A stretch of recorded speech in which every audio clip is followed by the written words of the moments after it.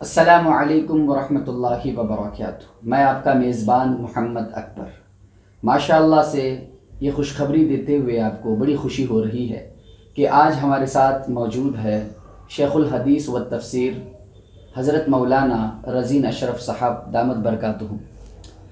آج ان کے ساتھ ایک خاص بات چیت ہونے والی ہے جس کے دوران ہم پوچھیں گے حضرت سے کہ اس مرتبہ کا جو حج تھا اس کے تعلق سے بہت سی اہم باتیں ہیں۔ تو آپ حضرات سے گزارش ہے کہ جہاں تک ممکن ہو سکے اس ویڈیو کو ضرور پہنچائیں۔ اللہ رب العزت کا ایک خاص کرم ہوتا ہے ان حاجیوں کے ساتھ جو حج کرنے کے لیے جاتے ہیں، اور اللہ رب العزت کی مرضی بھی اسی کے ساتھ شامل بھی ہوتی ہے۔ حضرت اقدس نے کئی مرتبہ ماشاءاللہ سے یہ اللہ رب العزت کا کرم رہا ہے، ان کے ساتھ کئی مرتبہ حج کیا ہے اور کئی عمرے بھی کیے ہیں۔ تو حضرت اقدس سے آج ہم سوال پوچھنے جا رہے ہیں کہ سب سے پہلا جو آپ نے حج کیا تھا تو ماشاءاللہ سے اس کی کچھ یادیں آپ ویورز کے ساتھ جو ہے شیئر کیجیے۔ بسم اللہ الرحمن الرحیم، الحمدللہ رب العالمین، والصلاة والسلام علی سید المرسلین خاتم النبیین محمد وآلہ وصحبہ اجمعین، اما بعد۔ الحمدللہ اللہ تعالیٰ نے مجھے سب سے پہلے یہ سعادت 2001 میں بخشی تھی، اور اب 2023 ہے۔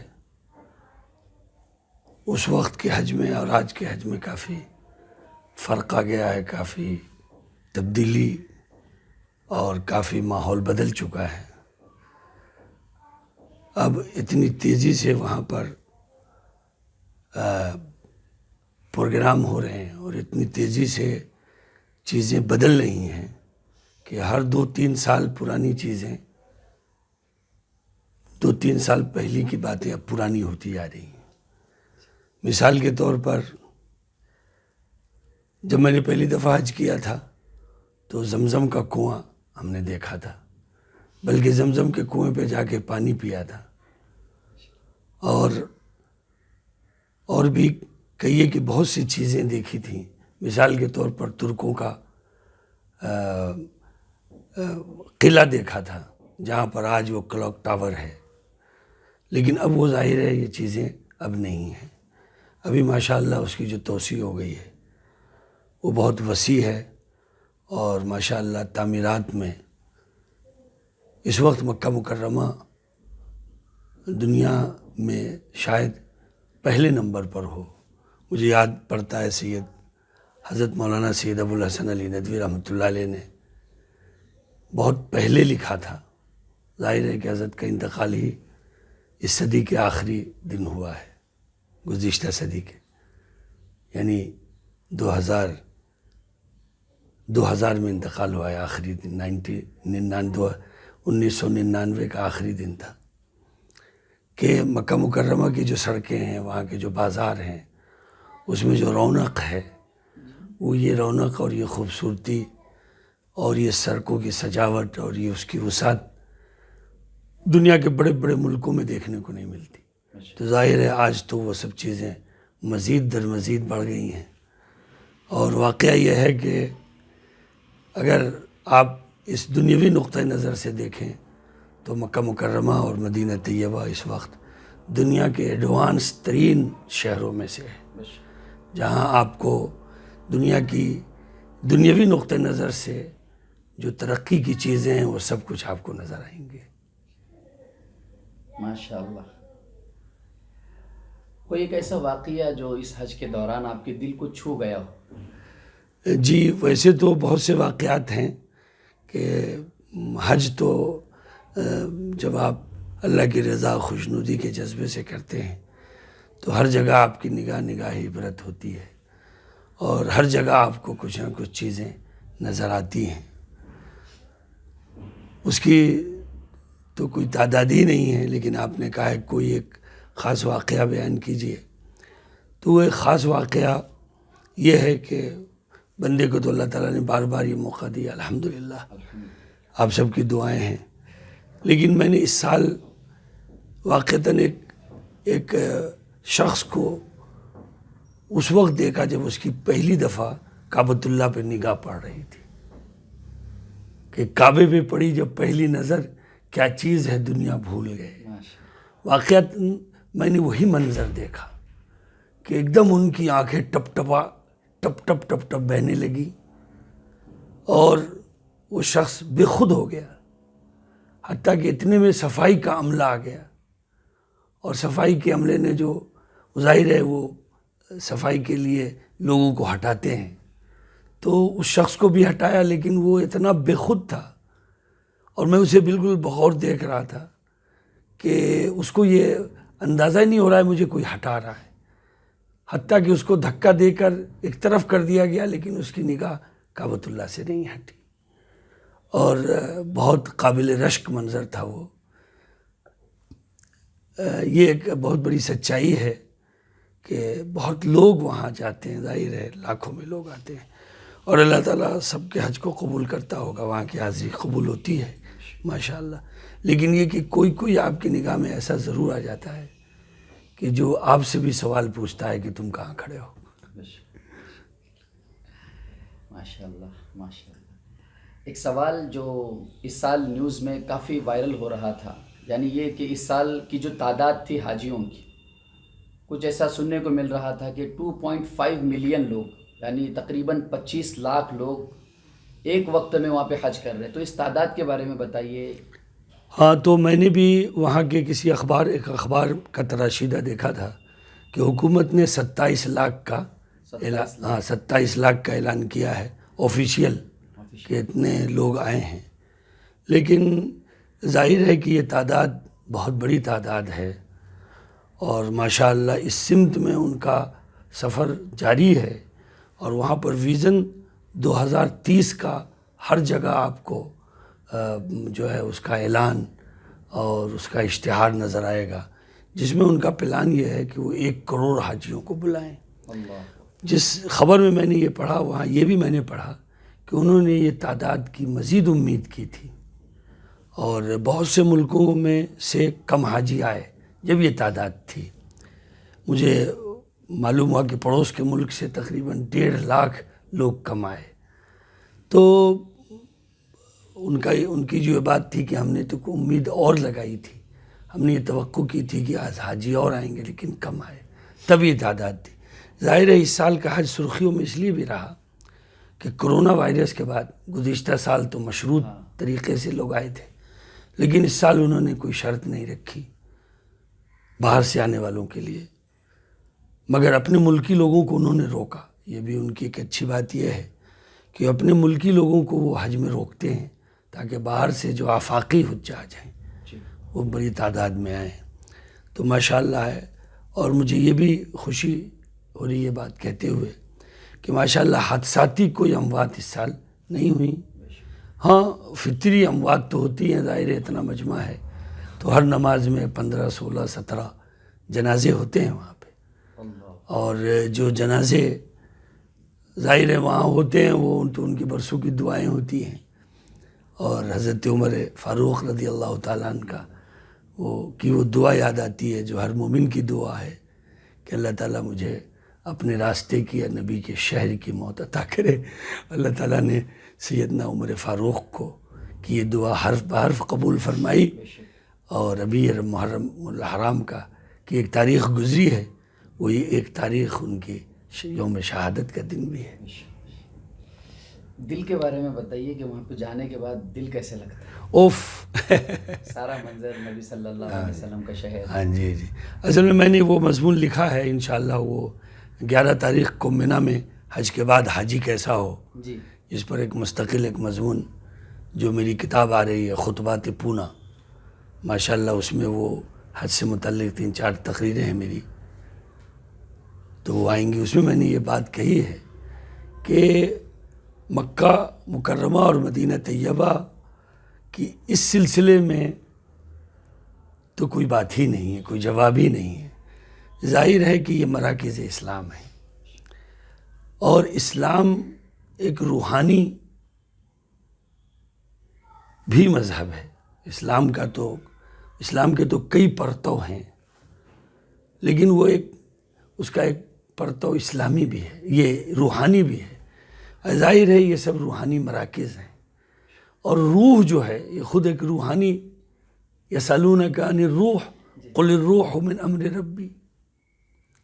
تو ظاہر ہے کہ روح جب اپنے ملجا و ماوا و مسکن میں پہنچ جاتی ہے تو اس پر ایک کیفیت تو ہوتی ہے. ہر حاجی کو ہم محسوس کرتے ہیں کہ اس پر ایک کیفیت ہوتی ہے، اس میں ایک غیر معمولی بشاشت ہوتی ہے. دھوپ بہت تیز ہے، آپ نے پوچھا، اور بھی تکلیفیں وہاں ہو سکتی ہیں، لیکن ساری چیزوں پر روحانیت غالب رہتی ہے. آپ کو ہر چہرہ مبتسم نظر آئے گا، ہر چہرے پہ مسکان نظر آئے گا. ہر تھکاوٹ کے بعد لوگوں میں ایک خوشی کا احساس آپ پائیں گے. تو ماشاءاللہ یہ تو ایک ایسی چیز ہے کہ جس کا تعلق روح سے، روحانیت سے ہے، اور ہر حاجی وہاں اس چیز کو محسوس کرتا ہے. مجھے ایک دفعہ ہم لوگوں کی روحانی مرکز، خاص طور سے ہم ندویین کی جو حضرت مولانا سید ابو الحسن علی ندوی رحمۃ اللہ علیہ کا تعلق خانقاہ رائے پور سے تھا، وہاں کے شیخ و مرشد مجھے حرم شریف میں مل گئے. میں ان کی خدمت میں بیٹھ گیا تو باتیں ہوئیں، باتیں ہوتم ہواتم مجھے شیخ نے کہا کہ جی ذرا لوگوں کو دیکھو، جو لوگ یہاں چل پھر رہے ہیں ان کو دیکھو ان کے چہرے کتنے مجلہ ہیں، کتنے مصفح ہیں، دیکھو ان کے چہروں پہ کتنی رونق ہے. تو ظاہر ہے بزرگ آدمی حضرت مولانا ہاشم صاحب، صحیح بات ہے کہ قلندر ہر چو گوید دیدہ گوید. تو عزیزم یہ سوال آپ کا، اللہ تعالیٰ سے میری دعا ہے کہ اللہ تعالیٰ وہ منظر آپ کو بھی عطا کرے، آپ لوگوں کو بھی، جو آپ لوگ حاجیوں تک یہ پیغام پہنچا رہے ہیں اور آپ کے توسط سے جو سامعین دیکھ رہے ہیں، اللہ تعالیٰ ان کو یہ موقع دے کہ وہ بار بار جائیں. میں یہاں پہ ایک بات کہہ دوں کہ ایسے بھی بدقسمت و بد نصیب لوگ ہیں جو وہاں جانے کو، وہاں کی آمد و رفت کو دوسرے سینس میں بیان کرتے ہیں. انا للہ و انا الیہ راجعون، کہ ان کو یہ بات اچھی نہیں لگتی، گرا گزرتی ہے. تو ایسا نہیں ہونا چاہیے.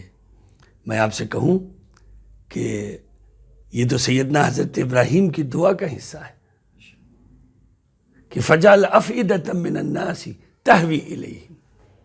انہوں نے مکہ مکرمہ اور کعبۃ اللہ کے لیے یہ دعا مانگی تھی کہ لوگوں کے دل اس میں اٹکے رہے. یہی وجہ ہے کہ میں نہیں جانتا ہوں ایسے کسی شخص کو کہ جو وہاں آنے جانے سے تھک گیا ہو. خاص طور سے وہ لوگ جو اپنے ملکوں سے جاتے ہیں. ہاں کبھی کبھی وہاں رہنے والوں میں افسوس یہ ہوتا ہے کہ جنہوں نے اس کو ذریعہ معاش بنایا ہے تو ان میں کچھ بیزارگی کی کوئی وجہ کبھی کبھی نظر آتی ہے، لیکن جو آنے جانے والے لوگ ہیں ماشاءاللہ. جی گرمی کا کیا حال ہے وہاں؟ میں نے عرض کیا کہ گرمی تو بہت شدید ہے، بہت. اور آج کل چونکہ یہ سیزن اور مزید بہت گرمیوں کا تھا کہ کھجوروں کے پکنے کا سیزن ہے اور کھجور جو ہیں بہت گرمی میں پکتے ہیں. تو اس دفعہ وہ بھی پہلے بھی دیکھا تھا، اس دفعہ بھی خوب گھوم پھر کے دیکھنے کا موقع ملا کہ کھجور کے جو گچھے ہوتے ہیں ان پر بھی یہ مزید گرمی پیدا ہونے کے لیے ٹاٹ ڈال دیتے ہیں تاکہ ایک تو دھوپ اور اوپر سے وہ گرم ہو جائیں اور مزید وہ کھجوروں کو گرمی پہنچائیں. تو کہیے کہ یہ تو وہاں کی ایک ضرورت ہے، اس کے تحت گرمی پڑتی ہے. گرمی بہت شدید تھی. ہم نے سفر کیا ہے اس سال سلور جبلی سے، اور انہوں نے مکہ مکرمہ میں ماشاءاللہ 5 اسٹار ہوٹل لیا تھا، انجم. تو انجم ہوٹل اتنا قریب ہے کہ بس انجم ہوٹل سے نکلیے اور بس ایک روڈ ہے اور روڈ کے بعد صحن مسجد ہے، لیکن اتنی دیر میں کہیے کہ چھکے چھوٹ جاتے تھے. آپ کا ماشاءاللہ سے ہم نے وہ ویڈیو بھی دیکھا تھا کعبۃ اللہ کے پاس والا، جی اور آپ اس میں بتا رہے تھے کہ میں ابھی اس وقت کعبۃ اللہ کے سامنے ہوں اور پورا پسینے سے شرابور ہوں، جیسے کہ آپ مان لو جیسے میں نہا کر آیا ہوں. جی جی جیسے کہ میں نہا کے نہیں آیا، یہ پسینے. ہاں وہ میرا ویڈیو کافی چلا اور بہت دور تک دیکھا گیا، بہت لوگوں نے دیکھا، دعائیں دی. اصل میں میرے جو حلقے ہیں آپ لوگ سب اس کے ایک حصہ ہیں. علامہ البیان جو تفسیر کا میرا حلقہ ہے، اور تفسیر کے جو میرے ساتھی ہیں میں ان کو اپنے خاندان کی طرح سمجھتا ہوں. تو میں نے اس دن کا وہ طواف خاص اپنے ان بھائیوں، شاگردوں، عزیزوں، دوستوں اور بزرگوں کے لیے کیا تھا، اور کہ ان کے لیے میں دعا مانگوں کہ اللہ ان کی بھی حاضری کرا دے جو میرے حلقے درس کے لوگ ہیں. تو اس لیے میں نے ان کو بطور شہادت و گواہی کے کہ دیکھیے میں آپ کے لیے دعا کر رہا ہوں. تو بہت سے لوگوں نے اس کا رپلائی کیا اور بہت توجہ سے دیکھا گیا ماشاءاللہ. تو گویا کہ وہ میں نے علمہ البیان جو میرا چینل ہے، واٹس ایپ چینل ہے آپ جانتے ہیں، جس پہ میرے دروس اور میری چیزیں آتی رہتی ہیں. جی ایک سوال یہ تھا کہ یہاں پہ ہم ویورز کو یہ بتانا چاہیں گے، بہت سارے لوگوں کے ذہنوں میں یہ ہوتا ہے چونکہ گزشتہ 2-3 سالوں سے وہاں پہ میوزیکل فیسٹیولز بھی ہو رہے ہیں اطراف میں علاقوں میں، اور بہت ساری غلط چیزیں بھی ہو رہی ہیں، لیکن لوگ اسے دیکھ کر اور کعبۃ اللہ کو دیکھ کر بعض دفعہ شک میں ہوتے ہیں کہ ہمیں جانا چاہیے نہیں جانا چاہیے. کوئی ایسی ناگوار چیز جو ہو رہی ہے آپ کو ایسا لگا کہ یہ چیز اس وقت نہیں ہونی چاہیے تھی، اچھی نہیں ہے حج کے دوران؟ دیکھیے یہ باتیں تو میں نے بھی سنی ہیں کہ وہاں پہ فلم ہال وغیرہ یہ وہ بند ہے، لیکن میں نے کوئی چیز اپنی آنکھ سے نہیں دیکھا. اور ہم تو چونکہ گروپ میں ہوتے ہیں، بڑی ذمہ داریاں ہوتی ہیں، اور میں جس گروپ میں بھی چلتا ہوں مجھے یہ شرف ہے کہ میں نے 5-6 حج ٹورز کے ساتھ سفر کیا ہے. اور میں جہاں بھی رہا میں نے میری ایک ہی کوشش رہی کہ میرے ساتھ جو سفر کرنے والے ہیں وہ اچھا حج کریں. تو زیادہ تر میں حجیوں میں لگا رہتا ہوں، جس طرح آپ لوگوں کو پڑھانے کے زمانے میں طالب علموں میں لگا رہا. میں نے یہ نہیں دیکھا کہ حالات کیا ہیں، لوگ کیا کہہ رہے ہیں، ذمہ داران کیا کہتے ہیں، لیکن میرا ایک ہی فوکس تھا کہ میرے جو طلبہ ہیں، میرے جو شاگرد ہیں، ان کو میں اپنی تئیں جو میری ذمہ داری ہے اس میں کوئی کمی نہ رہ جائے، وہی میں وہاں پہ کرتا ہوں. تو میں حجیوں میں اتنا لگا رہتا ہوں کہ میرے پاس اس طرح کا کوئی وقت ہی نہیں ہوتا کہ کیا ہے نہیں ہے.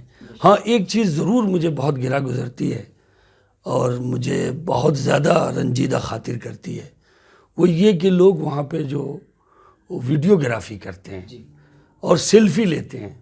دیکھیے میں نے بھی کچھ، جیسا کہ عرض کیا آپ نے کہ میں نے کچھ بھیجا، تو کوئی چیز ہے جو آپ یادگار بنانا چاہتے ہیں، جس کے ذریعے آپ کوئی میسیج اور پیغام دینا چاہتے ہیں، تو اتنی اس حد تک تو گنجائش ہے. لیکن لوگ سیلفی لے رہے ہیں، طواف کر رہے ہیں، تو اپنے گھر والوں کو جوڑ لیا ہے، گھر والوں کو دکھا رہے ہیں کہ دیکھو ہم یہ طواف کر رہے ہیں، اور دیکھو ہم یہاں ہیں وہاں ہیں، اور وہ بن ٹھن کے اور یہ لیتے ہیں. یہ بہت مجھے ناگوار گزرتا ہے. میں نے اپنے گروپ میں بھی کہا، جیسے میں نے ہر جگہ لوگوں کو تاکید کی.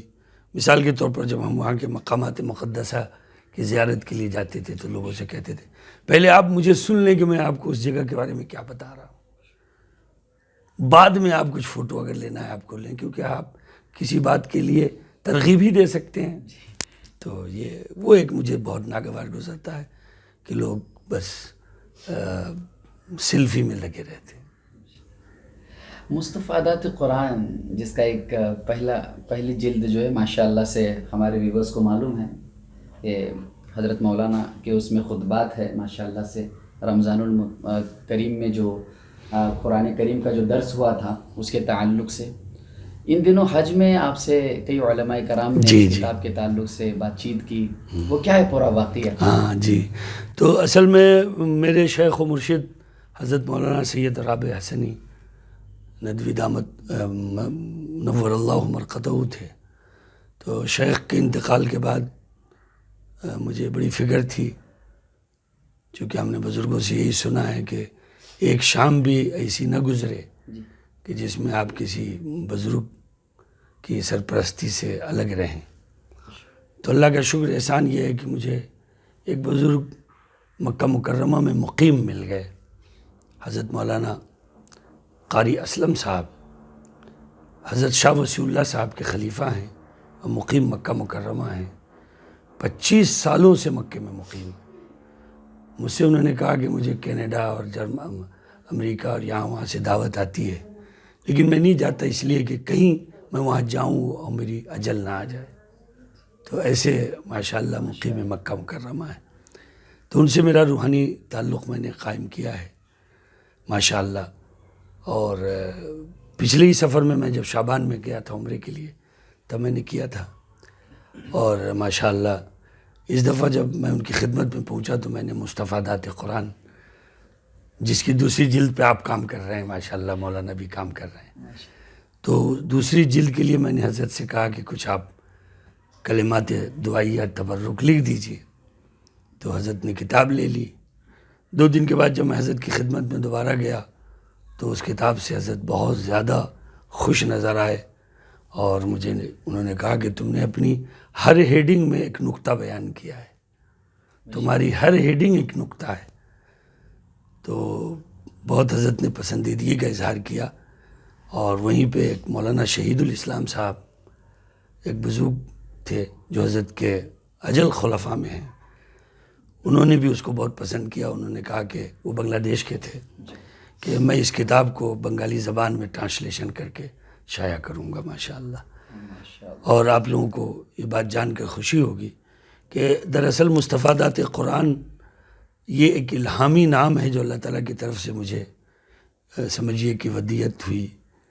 میری ایک خواہش یہ ہے کہ میں قرآن مجید کی 114 صورتوں میں جتنی، ویسے تو قرآن مجید کی ہر آیت خاص ہے، کوئی آیت استغفر اللہ اس کی غیر خاص تو نہیں ہے، لیکن پھر بھی ہر صورت سے کچھ آیتیں مختار منتخب ایسی لے لی جائیں اور پھر اس سے استفادہ کیا جائے. مستفادات استفادہ کر کے حالات حاضرہ کی روشنی میں قرآن مجید کو بحیثیت گائیڈ کے چیدہ چنیدہ طور پر پیش کیا جائے، اور ہر صورت سے چند چند آیتیں ہوں.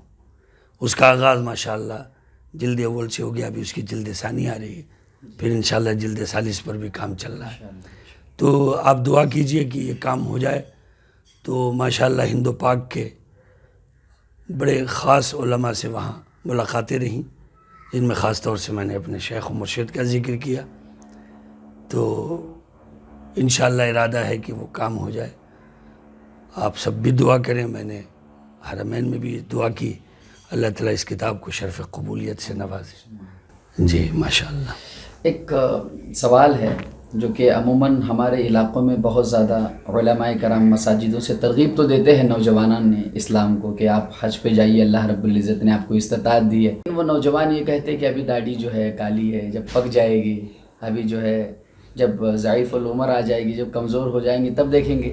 تو کیا حج کمزوری کی عمر میں ہی کرنا اس طرح سے رہے گا؟ رواج وہ آپ نے یہ بات جو کئی جوانوں کی، تو مجھے غالب کا وہ شعر یاد آ رہا ہے کہ وہ غالب کہتے تھے نا کہ ابھی شباب ہے، کر لے خطائیں جی بھر کے، پھر اس مقام پہ عمر روا ملے نہ ملے. تو بہت سے لوگوں کی ایسی سمجھ ہوتی ہے، لیکن تمام تر وسائل اور تمام تر سہولیات کے مہیا کرنے کے باوجود حج دن بدن دشوار اور مشکل ہوتا جا رہا ہے. چونکہ میں یہ سمجھتا ہوں کہ وہ منشاء رب ہے، وہ منشاء رب ہے کہ جیسے کہ اماں عائشہ صدیقہ رضی اللہ تعالیٰ عنہ نے یا کسی خاتون نے سرکار مدینہ سے پوچھا تھا کہ میں جہاد میں جانا چاہتی ہوں، آپ نے کہا ہے کہ حج کرو. تو حج ایک عمل ہی ایسا ہے. بے شک اب اور میں ہمیشہ تربیت میں یہ بات کہتا ہوں کہ اس کی جو نیت ہے، جو لوگ نیت کرتے ہیں، ظاہر ہے نیت تو دل کے ارادے کا نام ہے، لیکن زبان سے جو نیت کرتے ہیں اللہم انی ارید الحج فیسرہ لی، یا اللہم انی ارید العمرہ فیسرہا لی وتقبلہا منی. تو قبولیت کی دعا بعد میں کرتے ہیں، پہلے سہولت کی دعا کرتے ہیں. تو یہ بھی اپنے آپ میں ایک میسج ہے کہ حج چندہ آسان نہیں، حج چندہ آسان نہیں. اس لیے اہل شہوت پر، اس لیے میں آپ کو کہہ رہا ہوں یہ جملہ، اہل شہوت پر حج دشوار گزار ہے. دشواری تو ہے ہی، لیکن ظاہر ہے جو اہل شہوت ہیں وہ دشواری کو گوارا نہیں کرتے. تو کئی لوگ تو ایسے ہیں کہ ان کو اپنا حج تو ہے ہی، دوسروں کا حج بھی کھلتا ہے. آپ نے سنا ہوگا. تو بہرحال یہ ہے کہ حج ایک دشوار عمل ہے، اس کی تیاری کرنا چاہیے. مبارکبادی کے مستحق علماء جو لوگوں کو حج سیکھ کر جانے کی ترغیب کرتے ہیں. یہ تو عین سنت ہے کہ خذوا انی مناسککم فانی مقبوض. حدیث کے الفاظ ہیں وکما قال رسول اللہ صلی اللہ علیہ وسلم کہ لوگوں مجھ سے حج سیکھو، مجھ سے ارکان حج سیکھو، اس لیے کہ میں اب اٹھا لیے جانے والا ہوں. تو حج کو سیکھ کر کرنا چاہیے اور بہت ہی اہتمام سے حج کرنا چاہیے، اور بہتر ہو جو مستقل تربیت کے ساتھ تربیت کے حلقوں میں بیٹھ کر حج کو کے سارے مراحل سیکھے جائیں اور پھر حج کیا جائے، تو انشاءاللہ اس حج کی بات بہت ہی بہتر رہے گی.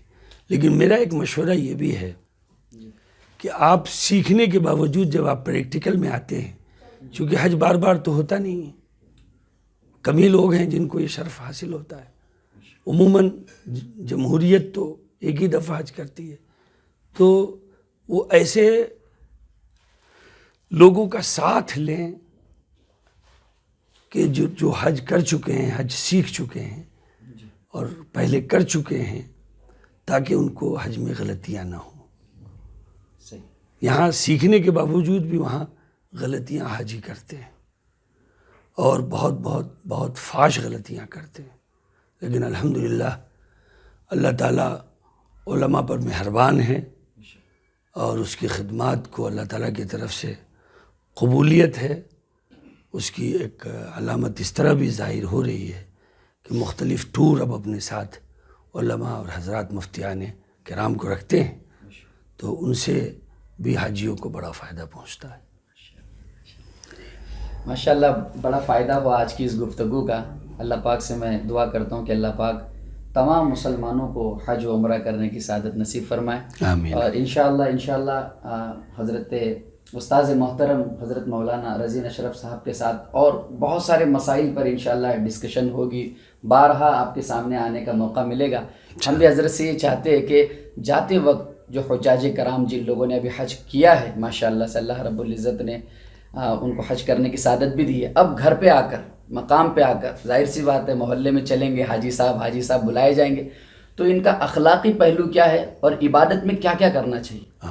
ماشاءاللہ میں نے 9-11 ذی الحجہ کو مینا میں اسی موضوع پر تقریر کی تھی، جو انشاءاللہ بھی کتابی شکل میں خطبات پونا کے نام سے ایک اور کتاب کی مولانا ہی نے اس کی ٹائپنگ کی ہے، مولانا مسعود صاحب. جی اس پر نظر ثانی بھی میں نے کیا ہے. تو اس سال وہ بھی اس کتاب کا حصہ ہوگی کہ میں نے یہی اس میں بیان کیا ہے کہ حج کے بعد حاجی کیسا ہو. دیکھیے وہ تو ایک تفصیل طلب سوال ہے، لیکن مختصر یہ کہ حاجی نے جو کچھ دیکھا ہے سنا ہے، حاجی کا ایمان کل مشاہدہ ہو گیا ہے. ابھی تک وہ کعبۃ اللہ کو تصور میں اس کی طرف رخ کرتا تھا، لیکن اب وہ اپنی آنکھوں سے دیکھ آیا ہے. وہ درود شریف پڑھتا تھا لیکن اب وہ روضے پہ درود پڑھایا ہے. وہ اسلام کے مرکز مکہ مکرمہ اور مدینہ طیبہ کا ذکر سنتا تھا، وہ اب خود دیکھ آیا ہے. قرآن مجید کا نزول یا مکہ میں ہوا ہے یا مدینہ میں ہوا ہے، وہ سب جگہوں سے گزر آیا ہے. اب اس کا ایمان کل مشاہدہ ہے، اب اس کی بھول چوک معاف نہیں کی جائے گی. حاجی صاحب کا تمغہ تو بہت بڑا تمغہ ہے، لیکن یہ بھی ایک بات یاد رہے کہ جو حاجی ہیں ان کی اب ذمہ داری بڑھ گئی ہے. اب ان کی غلطیاں ناقابل معافی ہوں گی. وہ سب سے پہلے تو حقوق اللہ میں بہت سرگرم عمل ہیں، جو اللہ کے حقوق ہیں، مثلا فرائض ہیں، نمازیں ہیں، روزے ہیں اور دیگر فرائض ہیں، اس میں سرگرم عمل رہیں. حقوق العباد پر بھی ان کا خوب فوکس ہونا چاہیے کہ وہ کسی کا حق ان کے ذمہ نہ رہے. وہ پرائے مال سے اجتناب کریں، وہ دھوکہ دھڑی یا جھوٹ، غیبت، چغل خوری سے بچیں. وہ سماج و معاشرے میں ایک ایسے فرد کی طرح رہیں جو نظر آئے کہ وہ چینج ہو چکے ہیں. میں ہمیشہ کہتا ہوں کہ سفر حج دراصل انسان کو چینج کرنے کے لیے. جی حج سے اگر آدمی چینج نہیں ہوا، بدلا نہیں، تو گویا اس کا حج نہیں رہا.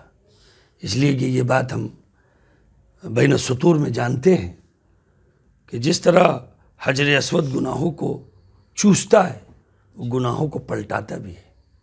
جس آدمی نے خلوص نیت کے ساتھ اللہ کی رضا اور خوشنودی سے حج نہیں کیا ہے، ظاہر ہے وہ گناہ ان کی طرف پلٹتا بھی ہے۔ اس لیے آپ دیکھتے ہیں کہ مجھے معاف کیجئے گا کہ اور گناہوں کے ساتھ تو آدمی زیادہ متون نہیں کرتا ہے، لیکن اگر حاجی کوئی گناہ کرے تو کہتا ہے یہ حاجی نہیں پاجی ہے۔ جی صحیح کہا۔ نمازی نہ پڑھے تو اس کے لیے کوئی پرٹیکولر لفظ نہیں ہے، روزہ نہ رکھے تو اس کے لیے پرٹیکولر لفظ نہیں ہے، لیکن حاجی کے ساتھ پاجی کا ایک لفظ ہمارے ہاں بہت اوپر سے آ رہا ہے۔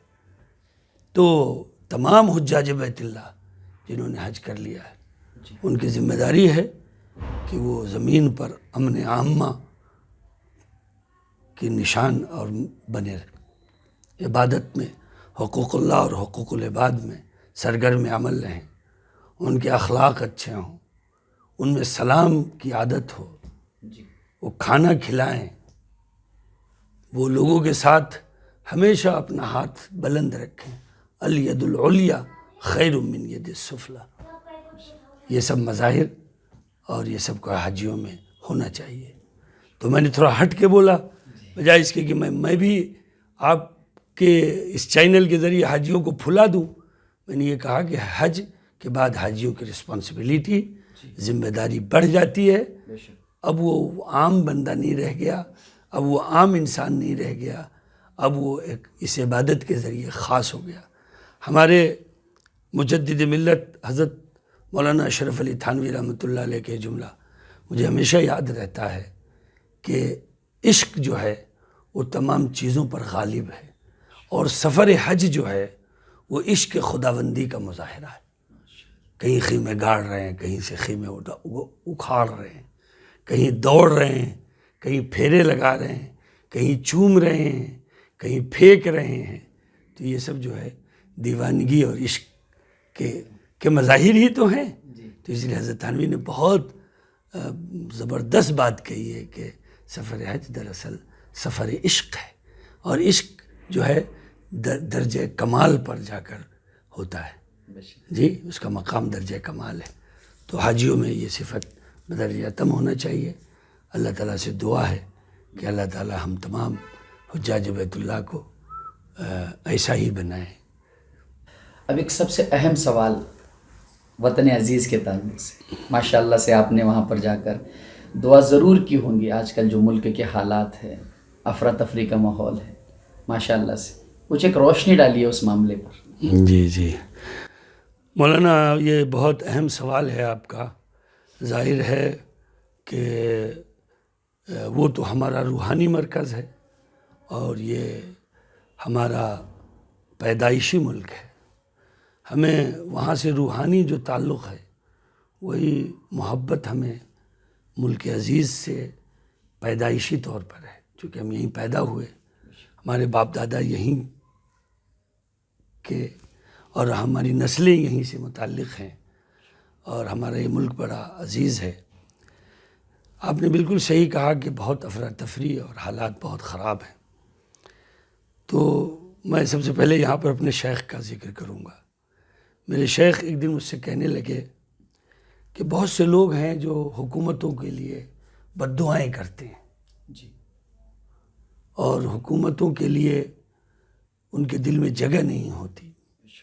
تو ظاہر ہے حکومتوں کا جو معاملہ ہوتا ہے تو لوگ جیسے کو تیسا کہ منطق کے تحت ایسا کرتے ہیں، لیکن شیخ نے یہ کہا کہ نہیں، ہم کو اپنے ملکوں کے لیے دعا مانگنا چاہیے، اپنے حکمرانوں کے لیے دعا کرنا چاہیے، اس لیے کہ ابھی ہمارے ہاتھ میں کچھ نہیں، ہم یہی کر سکتے ہیں، اس لیے کہ ہمارا ایمان ہے الا لہ الخلق والامر، مخلوق بھی اللہ کی ہے اور حکم بھی اللہ کا ہے، حکمراں اللہ ہی بناتے ہیں۔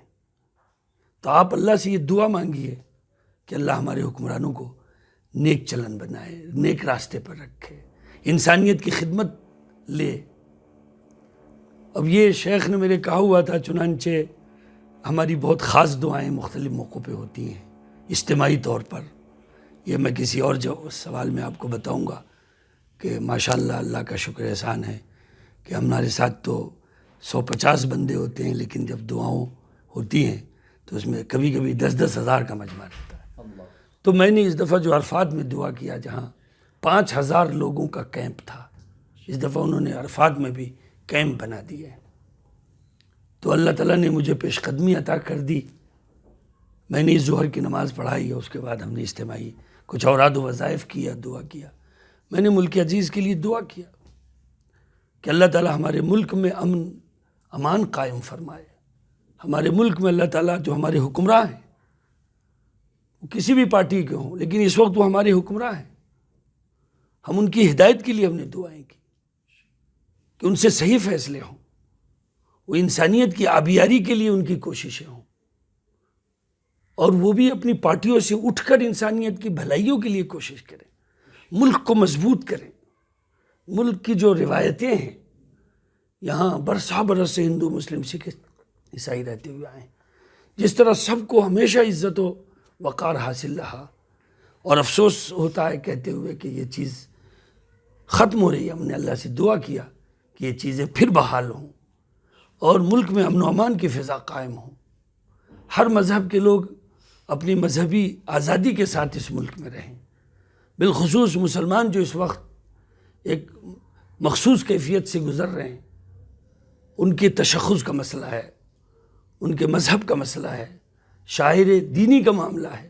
اللہ اس میں ہماری مدد کرے اور ہمارے حکمرانوں کو ہدایت دے کہ وہ پہلے سابق حکمرانوں سے جو بڑے نیک نام تھے، بڑے مخلص تھے، ان کے نقش قدم پر، اور جن ہمارے بزرگوں نے ملک کو آزاد کیا، ان کے نقش قدم پر اس ملک کو لے کر آگے بڑھیں۔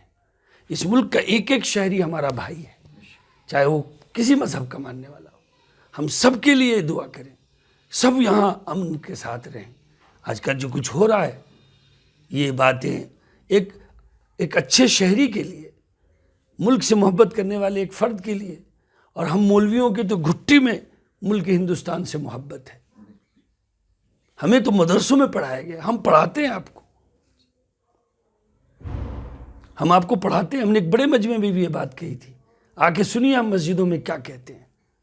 بہرحال میں نے ملک عزیز کے لیے، یہاں کے حکمرانوں کے لیے دعائیں کی کہ اللہ تعالیٰ اس ملک کو صحیح رخ پر رکھے، اور جو ہماری جو خاص پہچان تھی، بھارت مہان کسی ایک کمیونٹی کی وجہ سے نہیں ہے، بھارت مہان اس لیے ہے کہ دنیا کے ملکوں سے ہٹ کر یہاں سارے مذاہب کے لوگ اپنی اپنی مذہبی آزادی کے ساتھ رہتے ہیں۔ پھر وہ 61 سول کوڈ کا جو تازیانہ ہے، وہ بھی ہمارے ذہن و دماغ پہ تھا، ہم نے اس کے لیے بھی دعائیں کی، اور بھی جو مسائل ہیں اس کے لیے بھی دعا کی۔ ہم نے الحمدللہ کسی کے لیے بد دعا نہیں کی۔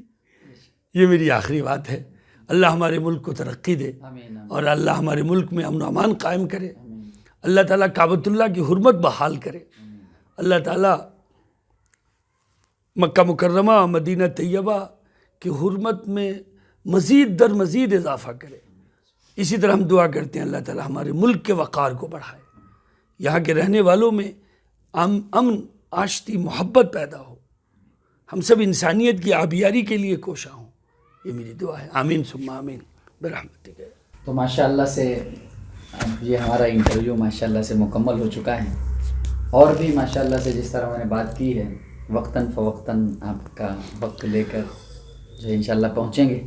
آپ ماشاءاللہ سے اسی طرح سے وقت دیجیے تاکہ عوام میں بہت سارے مسئلے رہ گئے ہیں، اور ایسے کچھ مسائل ہیں جن کے ذریعے انہیں خود بھی احساس ابھی نہیں ہونے لگا ہے کہ کیا واقعیت وہ مسلمان ہے بھی یا نہیں ہے۔